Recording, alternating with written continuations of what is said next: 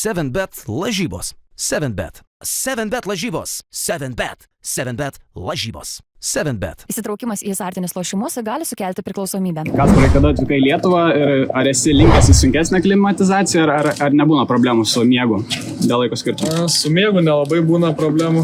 Atvažiavau šiandien naktį, vėlai nusileidom gal antrą nakties.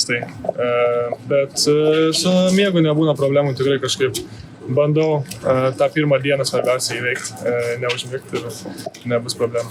Po sezono buvo 70 dienų, turbūt buvo ir poilsio, ir sporto. Mačiau, kad aikštelėje dirbai su Deivinu Mičelu, į smėlio kalną bėgioji su Pauliu Marausku. Kaip atrodė tas treniruotės, kaip pavyko padirbėti? Jo, buvo visko. Buvau ir Los Andžele, ir Miami treniravausi, tai tikrai gerai, manau, viskas sekėsi. Sportavau daug, tai viskas gerai. Miamyje teko žaisti daug be kamulio, čia vėl turbūt reikės grįžti į tą tradicinę pick and rollinę gynėjo funkcijas perimti. Kaip pačiam atrodo šitas vaidmens vėl persikeitimas? Tai gerai, aš visą gyvenimą žaidžiau su kamuliu. Biškai buvo pasikeitimų Miami tikrai ir kitokį žaidimo stilių žaidėm. Visiškai nenaudojam užtvarų.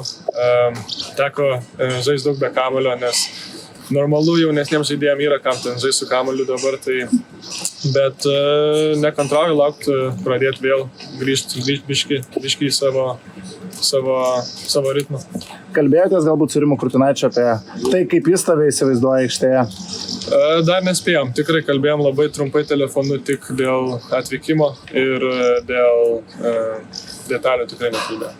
Kiek Kasparai pavyksta atsiriboti nuo visų gandų, kuriuose tavo pavardė figūruoja dėl galimų mainų NBA lygoje? Aš bandau tiesiog kontroliuoti, ką galiu kontroliuoti. Nuo manęs ten nelabai kas priklauso dabar. Bandau tiesiog treniruotis, tobulėti ir daryti tai, kas nuo manęs priklauso. Debiutas Lietuvos rinktinėje, kiek didelis iššūkis, kiek svajonės išsipildymas?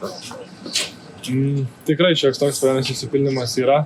Vis tiek nuo mažų dienų žiūrėdavau rinktinę ir visada norėdavau ten būti, tai tikrai labai džiaugiuosi. Gal neko kalbėti su Matu Puzdeliu, kažkiek projektuoti, ką gali parodyti, kaip gali žaisti? Susirašėm šiek tiek, per daug irgi nekalbėjom dar, bet manau bus laiko čia apkalbėti viską. Ir žaidėjas, su kuriuo labiausiai norėtum susipažinti rinktinėje? Su visais, sakyčiau, vis tiek nedaug ką pažįstu. Ką tik su Jonu, Matu ir Augustu kalbėjęs esu, tai teks susipažinti su visais. NBA naujokams, ypač gynėjams, yra akcentuojama fizinės jėgos stiprinimas. Kaip pats tą pajautai per debutinius metus, gal yra kokių rezultatų, ko galėtum pasidalinti, kiek svorio pavyko priaugti ir panašiai? Jo, tai tas tikrai yra didelis dalykas NBA ypač ir buvau šiaip off-seasoną jau pasiekęs 100 kg ir buvo daug raumens, dabar čia per paskutinės savaitės biški nukrito, bet sakau, buvau pasiekęs tikrai gerą formą.